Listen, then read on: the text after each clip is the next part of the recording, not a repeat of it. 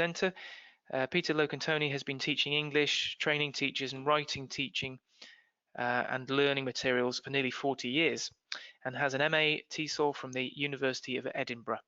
He has lived and worked outside the UK since 1986, in Europe, in the Middle East, and he's now based in Cyprus.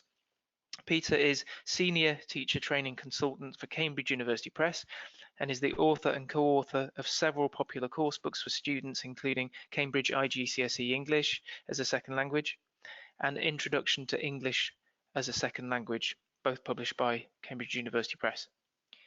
Peter regularly presents at conferences and trains teachers internationally in both the public and private sectors at primary, secondary and at tertiary levels. So over to you, Peter.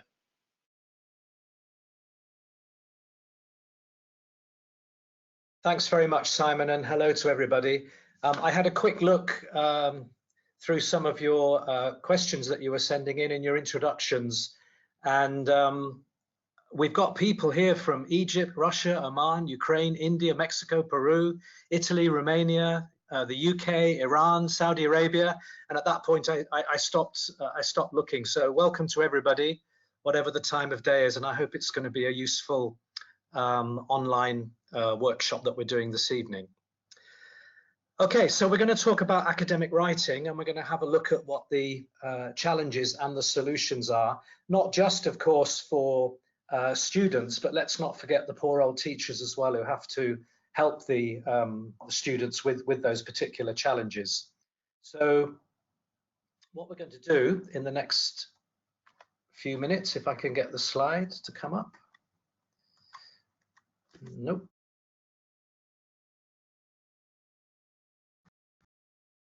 Just click anywhere on the, click anywhere on the slide and then advance it that way. I think it should work. Yeah, here we go. I'll do it like this.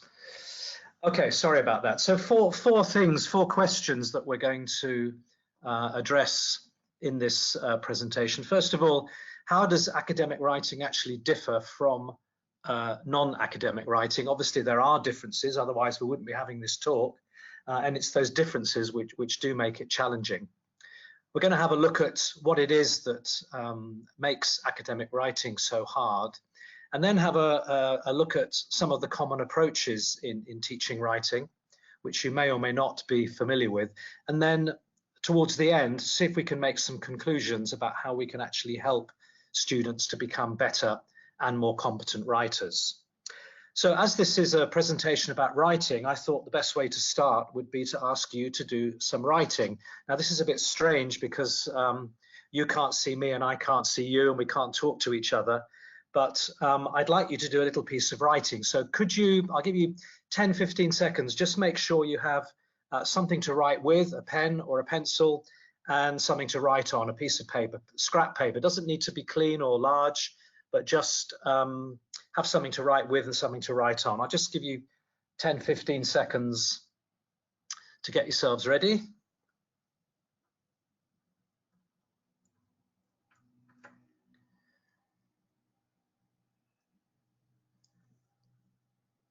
And the writing that you're going to be doing is free writing.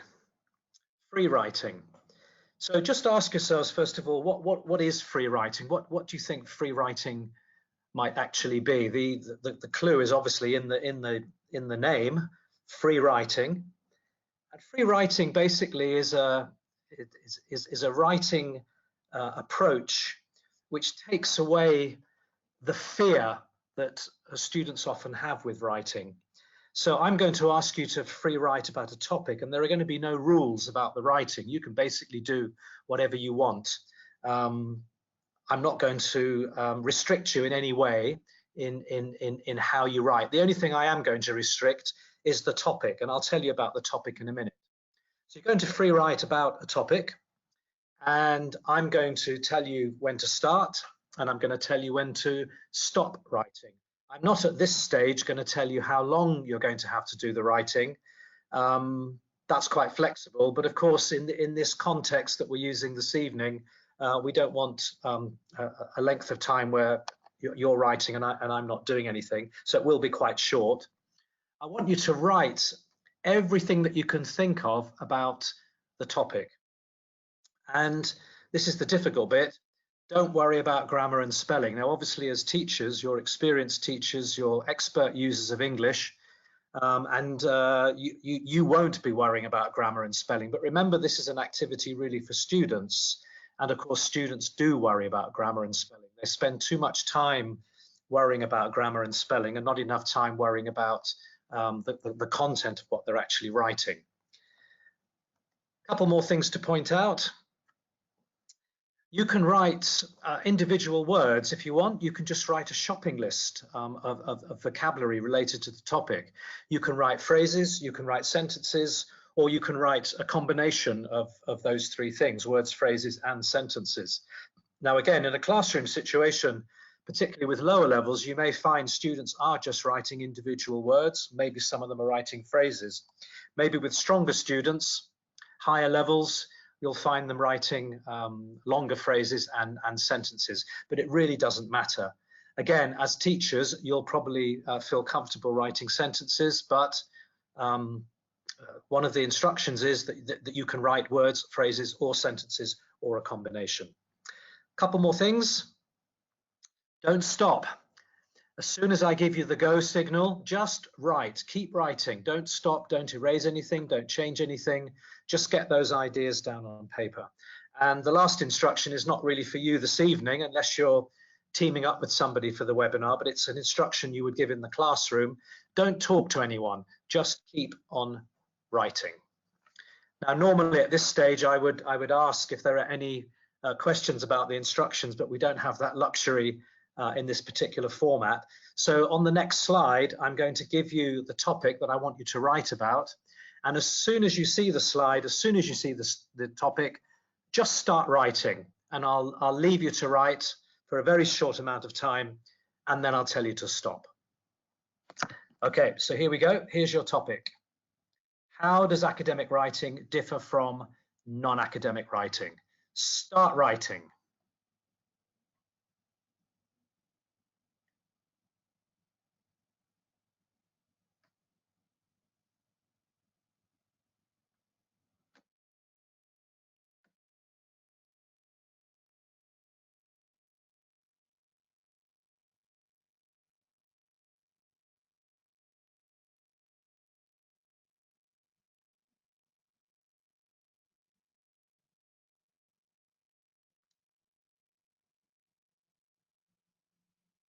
And stop writing. Even if you're in the middle of a word, the middle of a sentence, stop writing. Put your pen down, sit back, relax, and hopefully there was some enjoyment in the activity. So let's reflect on it.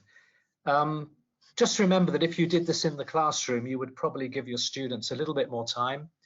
And I would also encourage the students to look at each other's writing, to get ideas from each other before we did any sort of reflection on the activity itself. So that's what we're going to do now. I want you to think whether or not you enjoyed the activity and what your reasons were for it. Now, obviously, I can't get your responses to this, but generally when I do this live with a group of teachers, the vast majority of teachers say that they did enjoy the activity. And the main reason for enjoying the activity is the freedom that's an integral part of this particular activity. Remember that there are no rules. Students can write whatever they want in whatever way they want.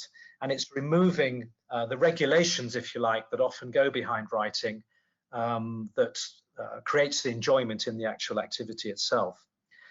So thinking about your students now, hopefully you would agree that they would enjoy the activity as well for the same reasons that you yourselves enjoyed it, that the barriers were actually removed and you were able to write whatever you wanted in however you wanted to do it.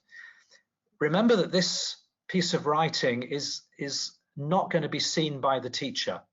It's not something that the teacher will take from the students and assess it in any sort of way. This activity is used as an initial brainstorming activity.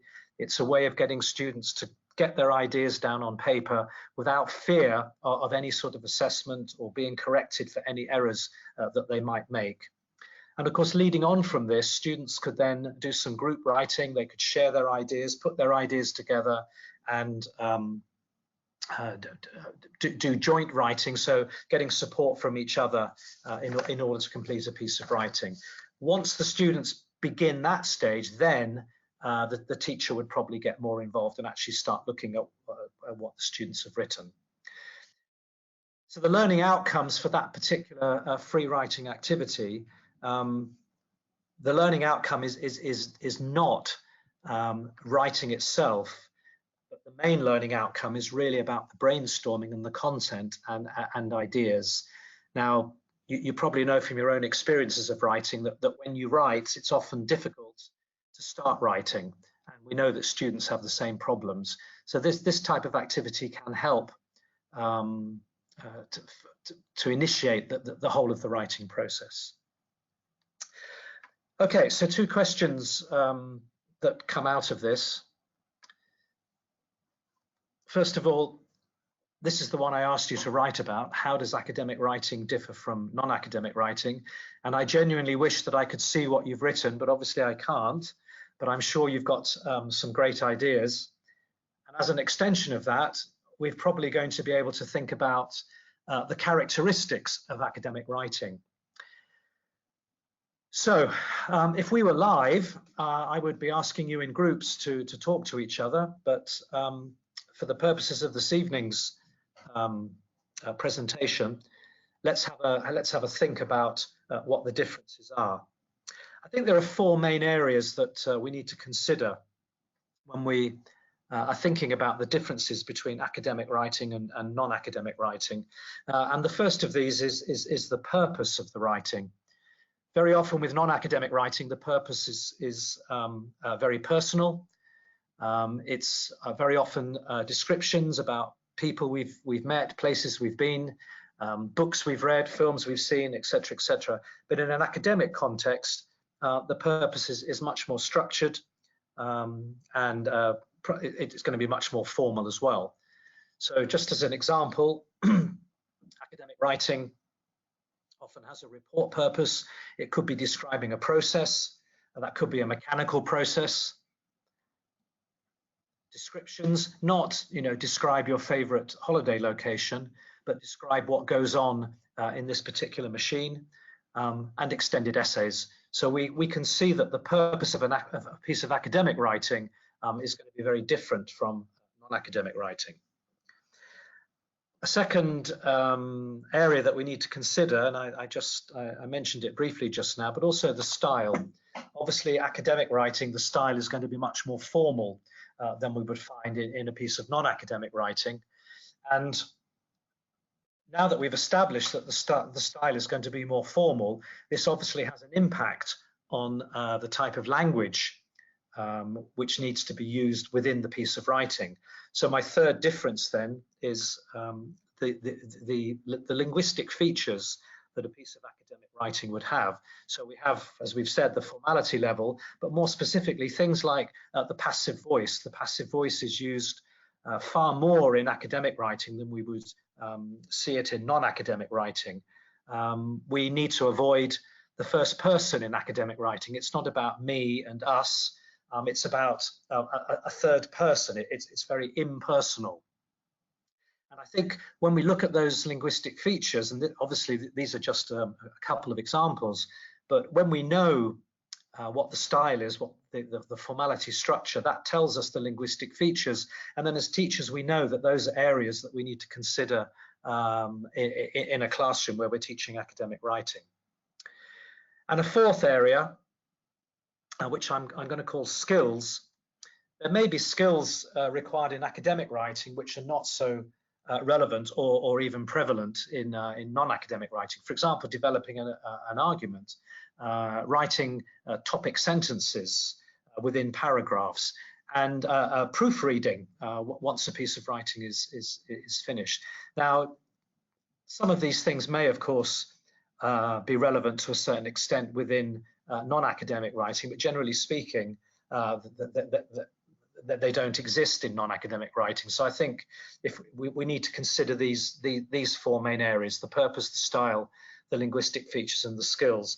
And of course, once we know what the differences are, we can then move on to my second question, which was thinking about the specific characteristics of academic writing.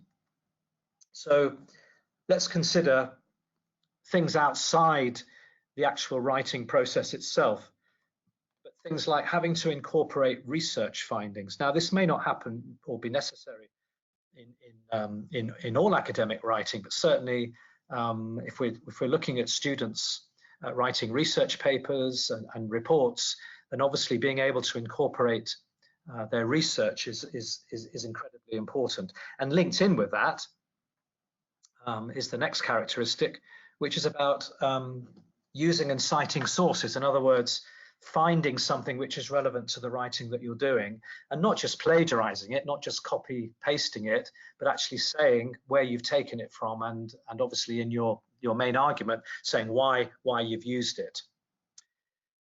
Two more characteristics might be writing descriptions, and as I say, this is not writing a description of your favorite meal or your latest holiday, but descriptions of something more formal, like a description of a magazine or a place. Writing instructions might be another characteristic of academic writing. Describing processes and developments, and of course these characteristics require very, very specific areas of language which may not be so common within non-academic writing. Developing an argument, and remember, arguments need both sides, and we need supporting evidence. These are high-level skills that students need. And of course, on top of everything, let's not forget that students still need to proofread what they've written and check it for accuracy, but also checking the content and making sure that it's relevant to whatever the topic can be. So I think looking at all of these, the differences, but also the characteristics, if we put all of that together, I think we have the answer to my next question from the overview. Why is it that academic writing can be so hard? Well, it's all of those things that we've just been talking about. These are the things that make academic writing difficult for students. Students often come from a context within which they're learning general English, and then suddenly they're dropped into a context where they have to write in a different way, and they haven't been prepared for that. But I think on top of that, it's not just the rules of the game are slightly different with academic writing. I think we've also got to remember that what we ask students to write about in an academic context can be quite challenging for students and very different from what they've been used to in a general English context. So I'm going to give you an example now of a writing task, just to put yourself in your students' shoes.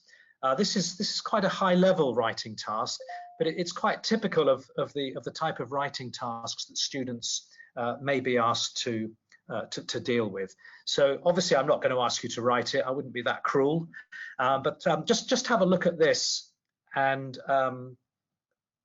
then have a think about how you feel when you see this particular question. Here we go.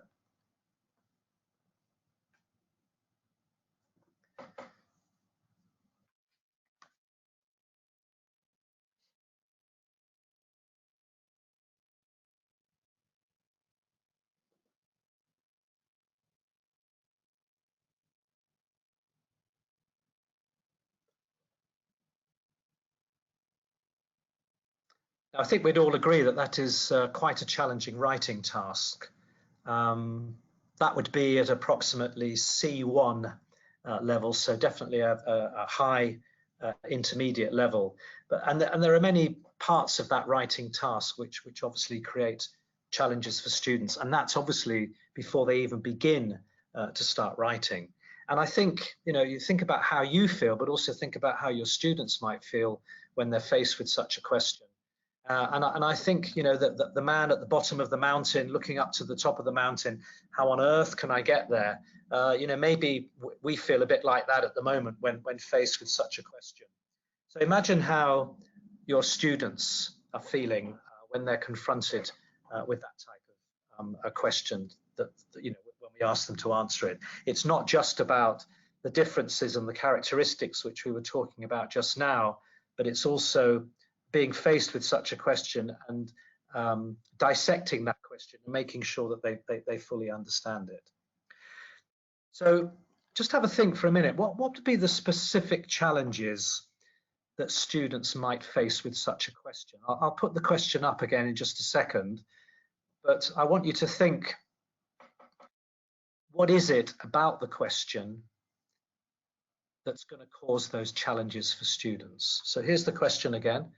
I'll just give you 15 seconds or so to have another look and think about the specific challenges that students might face.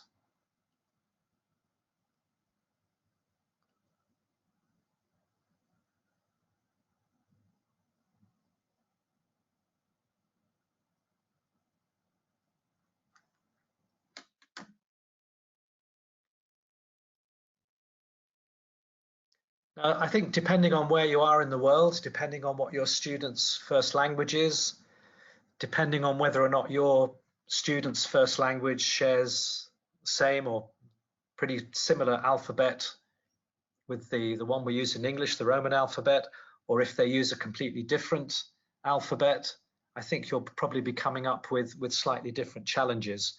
But I think whatever you're thinking about, we can probably categorize the challenges into three main areas. And the first of those we'll call knowledge and motivation. And the reason I've put a K at the end is because in a minute we're going to have a look at some specific challenges and we'll categorize them into the three main categories. So one very important area is the knowledge and the motivation. And I think we would all agree that if you don't have knowledge, then you're probably not going to be motivated to write anything. And you've probably heard of writer's block. That's not necessarily about not having knowledge, but it's not being able to get the knowledge from your brain down onto the paper. But very often students in an academic context, they suffer from lack of knowledge, not having the ideas, not knowing where to start. And that has a very negative impact on how they feel and whether or not they're motivated to actually do the writing. So that's our first category. As I'm talking about these, you can maybe think to yourselves what the other two categories might be. But the second one is language. And of course, this covers a very wide area. It's not just about grammar, but it's also covers vocabulary and those linguistic features that we were talking about earlier. And the third one, again, have a quick think. Can you think what the third one might be? The third one is study and organizational skills. So here we have our three main categories that writing challenges can be placed into: knowledge and motivation, language, and study and organizational skills. So let's have a look at some specific examples now. I'm going to put some challenges on the screen for you, and when you see them, just ask yourself, is it a K challenge, is it an L challenge, or is it an O challenge, or indeed could it be a combination of those? Because I think some of the challenges don't necessarily just fit into one category area. So here's my first one. This is about generating ideas, thinking of ideas, coming up with ideas. And hopefully you're realizing that is, the screen has frozen again, sorry guys. That could be a knowledge issue, or it could also be organizing things. So you may be able to come up with the ideas, but actually organizing them and starting to put them down on paper, that could be a problem. Second possible challenge, translating ideas from the first language, whatever that might be. And I think we would call that a language problem. An easy one coming up, organizing ideas. That's obviously an organizational problem. Next one, understanding what the teacher wants or what the book wants, understanding what the purpose of the writing is. So that complex writing task which I showed you just now, I said that students may have problems actually dissecting the question. And I think again this is maybe both a knowledge and an organizational problem. Another specific challenge, lack of vocab, lack of grammar, so that a student can adequately express their ideas and their opinions relating to the topic. And of course that again is a language problem. I've got 3 or 4 more just to show you as examples of the challenges.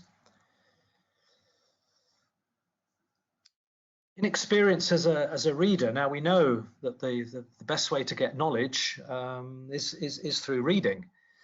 So this can be an enormous challenge for students when they're placed into an academic writing context. And part of that challenge, it's not just I'm inexperienced as a reader, but it may also be I'm inexperienced in reading and understanding texts which are similar to the one that you've just asked me to write about. And of course, this is a key argument for why we should always try to provide learners with models of what we want them to write before we ask them to write. So that's a language problem and possibly an organizational problem as well. Lack of motivation, lack of interest, that we would place under the knowledge category. Maybe not having anything to actually say about the topic. Despite our best intentions as teachers, we try to provide students with interesting and engaging topics, but you can't please everybody all of the time. And there may genuinely be students who just don't feel they want to write about something. They're not interested in it. They don't have very much to say with whatever it is that we want them to write about. And I think we can put that in the knowledge category as well. And then finally, and of course this is not an exhaustive list, there are plenty of other challenges that we can come up with. Once a student has dissected the question and has understood the question, they then have to come up with relevant topics to write about in order to address the question. So again, I think that's a knowledge and an organizational challenge for our students. So I've given you 8 or 9 specific challenges covering all 3 the challenge categories: the knowledge, motivation, the language, and the study and organizational skills. And of course, there are many more specific challenges which I'm sure you're coming up with. So let's have a look at another academic writing question. And I want you to think again about the challenges that students may have, but let's move away from just thinking about the challenges and think more about solutions. How would you prepare your students to overcome the challenges in this particular writing task? So the task is coming up now.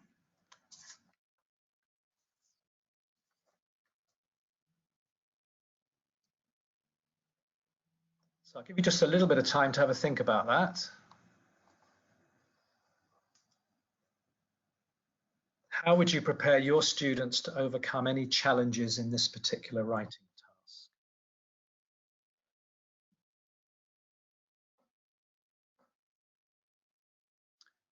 And as you're thinking of the challenges, think about whether or not the challenge is a knowledge challenge, a K challenge, a language challenge, L, or an organizational challenge, the O. Because once you've identified what the challenge type is, then that helps you to know what you should be doing in order to overcome those particular challenges. So let me show you a student response to this particular question. And when you see the student response, possibly some of the challenges that you've just been thinking of, you'll actually notice in this particular piece of writing. Now, obviously, we're not going to mark the piece of writing. We're not going to give it a grade, but it is a real piece of student writing. Obviously, it's anonymous, but I didn't make it up. It was something that a student actually created. And I think it gives us a very good idea or at least it brings together, I think, many of the challenges that we've just been talking about. So here it is. Again, I'll go silent for 10, 15 seconds just to leave you to read it.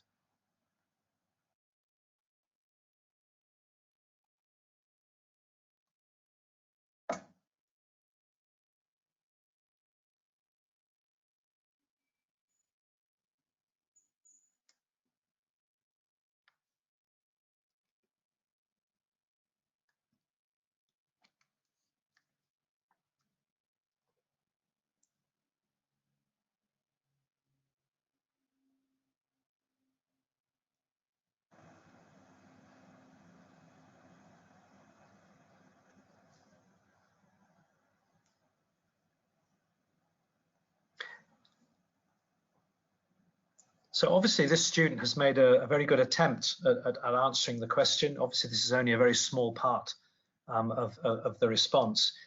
But just a point for us teachers, I think when we see something like this where there are quite a few vocabulary spelling problems, although they don't really impact but on our comprehension. But I think when we see so many errors such as the ones in this, it can prevent us from actually looking at the content itself. But I think this student has made a good attempt at answering that particular question, even though this is just a small error. So hopefully in that particular answer, you can see examples of language problems, language challenges. Maybe you think that there are some knowledge problems, and possibly we can also see some organizational problems as well. So we've categorized the challenges into 3 areas, but I think, let's take it to the next step now. And I think we can categorize challenges into the macro, the discourse size, or micro, down to word and sentence level. And looking at traditional approaches, I'm sure you've all heard of and are familiar with the process approach. And the process approach helps students and helps us as teachers with study skills and organizational skills. So this is our O from the 3 main challenge areas. So the process approach, if you like, is a sort of stop-start approach to writing, where we're able to guide students in their writing before they get to the final part of it. The other one, which often goes with the process approach, is the product approach. And the main focus with the product approach is really looking at language at more of a micro level. And this is where we take writing from students, have a look at it, give them feedback, and they have another attempt, or they don't. They just look at the final product and look at the grade that they got. So the process approach, the macro approach is our O, helps us with our study and organizational skills. The product approach is our L, which helps us with language. But of course, the thing that's missing is the K. How do we help students with knowledge and motivation?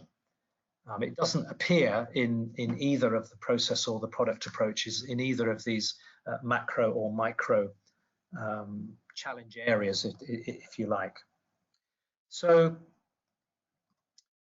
knowledge and motivation is about trying to find out what engages the students. So knowing your students, knowing what interests them, knowing what motivates them. And through doing that, if we give them the content, then hopefully that will give them the knowledge that they actually need. So the last part of this talk is about my final question, which was this: and how can we help students to become competent writers? Well, how can we get the poor guy at the bottom of the mountain up to the top of the mountain? And just to recap what we've said, we need to give the students knowledge and motivation. It doesn't matter how good their language is. It doesn't matter how good their organizational skills are. If they haven't got the knowledge, then they're not going to be able to give a competent answer to a question. And I think, you know, with academic writing, we often forget the K and we just focus on the language and the study and the organizational skills. So let's give them the knowledge that they need. Let's give them the time to understand the content and to form their opinions about it, to apply some critical thinking to the knowledge that we're giving them, because by doing that, we'll increase their motivation. And then we can worry about the language and the study and the organizational skills. But there's no point in worrying about those particular areas if the students haven't got the knowledge to begin with. And I just want to show you an example from a course book which uses a lot of video content to provide students with knowledge and motivation. An example here of the type of questions which the students could be asked to do. I was very much hoping to be able to show you a video this evening, but I know that in some of the countries you're in, probably the internet wouldn't handle the streaming of the video, so we decided not to risk it. But the video I wanted to show you was very much a documentary type of video, and of course documentaries are full of content. They're full of information, they're full of data, and this is where we provide our students with the knowledge which we want. Because as we've said, once they've got the knowledge, then they're going to be motivated, they're going to be engaged, and that will help them with the rest of the academic writing process. Of course, once students get the knowledge, they've then got to be able to organize all of that knowledge. And one of the techniques that we can use, I'm sure you're very familiar with things like this, with graphic organizers.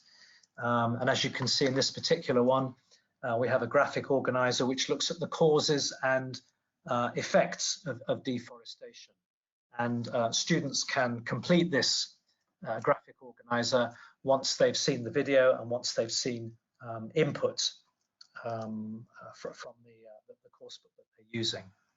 And just another example now of a graphic organizer. This one is a slightly different approach. This is a cyclical graphic organizer. So looking at the process, how things actually happen. And one of the things we mentioned earlier when we talked about the characteristics of academic writing is that students are challenged by having to describe processes. And a good strategy for students is to create graphic organizers like the one you can see on the screen now. And this graphic organizer becomes the foundation, the catalyst, if you like, for the actual process description itself. Okay, so we're just about out of time. So in conclusion, we know that academic writing can be hard because it's requiring students to have and to be and to employ certain things. So first of all, they need to have knowledge about a topic. No knowledge, then they're not going to be able to do the writing. So it's absolutely essential that we provide support with the knowledge. Obviously, once they have the knowledge, they need to be proficient and confident about using academic language. Just having the language they learned at the language school, 2 afternoons a week, is not enough. We looked earlier in the talk about characteristics and the differences between academic writing and non-academic writing, and we've seen that academic writing has very specific linguistic features that students need to be aware of. We've also seen that academic writing uses and cites sources. We've seen that the style is formal. We've seen that there are specific skills. We've seen that the purpose of academic writing is different. So all of that has a massive impact on the type of language that students need to use. And the third thing we've established is that students need very specific study and organizational skills. And the organizational side of it comes with using things like the graphic organizers, which we've just been looking at. Remember, the graphic organizer is a way of bringing all of your ideas together before you actually get to the writing part. So the final part of this then is we need to know that traditional approaches are not providing support for the knowledge and the motivation gap. This is the key area this is the key challenge for us as educators. It's not the teaching of the language, it's not the teaching of the organizational skills, it's providing students with the knowledge which will fill that gap which exists. And yes, let's not forget the traditional approaches. You know, the bottom-up language support is very, very relevant. Process writing is incredibly important, but we mustn't forget that we need to address the knowledge and the motivation gap. And as I said, that's what needs to come first. Let's give them the knowledge which will create the motivation, and then we can worry more about the language support that the students need. So thank you so much for attending this morning, this afternoon, this evening, wherever you are in the world. I hope it's been interesting and useful. And I think Simon's going to jump in now with some questions. Great, thank you for that. Thanks a lot. Yeah, there's a number of points already come in. A number of people saying thank you. I'll just address a quick point. Obviously, lots of people saying similar things. Where do you get the certificate, and can you see this again? Yes, you'll be sent an email in a few days' time with both of those things, a link to watch this again, and a link to the certificate of attendance, which you need to fill your own name in on, but there'll be instructions. Okay, let's start off with a couple of questions. You can keep the questions coming in if you want to write anything. First one here, how can academic vocabulary lists and academic expressions help students with their essays? Should this be taught in class, the vocabulary lists, or should we leave it to students to do it themselves? Yeah, I think it's a very good question. Many course books have vocabulary lists. I think so long as the vocabulary list is focusing on vocab from the content of the unit, and it's not just arbitrary words in a list, then I think there are different ways that you can get students to use those particular vocabulary items. The thing is, if there are too many words in the vocabulary list, then it can be a bit overwhelming. But I've seen teachers tell students or give the students an instruction, I need you to use 5 words from the vocabulary list in your answer. And I think that's a way of integrating the language. I think vocabulary lists can be used just as a reference point for students. I don't think it's a good idea to pre-teach vocabulary lists. That's not necessary, because the vocabulary list or the glossary of words should focus on the words from the unit anyway, which will be pre-taught in the listening or the reading. So I would see it more as a reference point, and possibly, as I said, a way of encouraging the students by saying use 5 or 6 or 8 or whatever number of words from the list. I hope that answers the question. Sure, and sort of linked with that, somebody was saying, where do we find vocabulary for academic writing? You're obviously referring to a course book there, but any other general places where you could? Yeah, well, Cambridge University Press has its academic word corpus, which is a new one, but there are various corpora available online. I think Avril Coxhead, who did a talk or is doing a talk in this conference, created the academic word list. So they are available online, or as I say, Cambridge has its own academic word list now as well. Yeah, she was the first speaker actually to talk. Right. And I was just looking for the reference there, the academic word list, Coxhead 2000. Yes. So yeah, that's it. So another question is, how can I encourage my students to plan before they start writing? Well, I think, you know, the examples I showed you, graphic organizers are a great way of planning. I think when we think of plans, we possibly are thinking in the wrong way. I think graphic organizers are a great way of getting students to plan what you want them to write. I mean, I don't teach very much anymore, but when I did, I was a great fan of giving students handouts with nothing written on them, but with lots of empty boxes. And in my experience, students don't like empty boxes and they like filling them in. So if you like a template for a plan, introduction, main part, conclusion, arguments for, arguments against, you know, I think with writing in general, we tend to tell students to write and forget that we still need to scaffold and support them. And I think by giving writing templates is a very good way to help them with their planning. Another question, where did you get the list of challenges from at the beginning? You know, all the challenges that you listed. Is there a reference for that, or is this a list that you'd come up with yourself? I think they're taken from teachers. You know, when we were putting this presentation together, that it's feedback we've had from teachers. As I said, it's not exhaustive. There are probably hundreds more examples, but you know, from what I've heard in feedback from teachers, these are the very, very common challenges that students face. Okay, another good question here. My students are not able to separate informal from formal language. How can I teach them? How can I help them to do this? Separating formal from informal. You know, one of the other things I mentioned earlier was about giving students models of what we want them to actually create, and I think that's the best way of highlighting differences. I mean, why not think about things like spot the difference? I mean, you're probably familiar with having two pictures which look similar, but actually they're different, and students have to spot the differences. You know, you could do the same with pieces of writing, maybe an informal letter and a formal letter, and getting students to identify and highlight what the differences are between the two. Not just in terms of, you know, dear sir and dear mum, but even in phrases and structures that are used.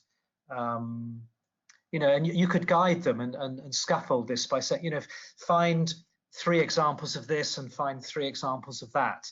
Are they in the formal letter or are they in the informal letter? You know, so, you know, I think, as I said just now, I don't think we give enough actual support. We ask students to do things, but we're not really scaffolding enough. So I think asking students questions, specific questions about different pieces of writing might help them to understand the differences between formal and informal. I guess, sorry to go on a bit with this one, but I think one of the problems here is that students nowadays, because of the media, you know, they're exposed to a lot of informal and colloquial language, far more than they're exposed to academic language, and that may be one of the reasons why they find this such a challenge. But I think, you know, back into the classroom, give them examples of both and get them to highlight particular features as a way of helping them.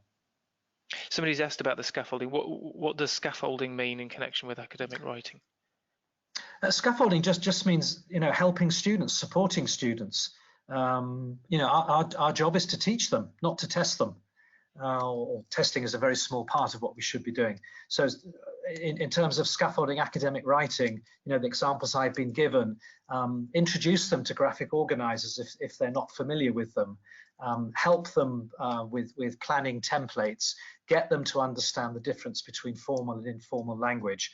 I think the more of this scaffolding and support that we can do, then the better writers they're actually going to become in the end.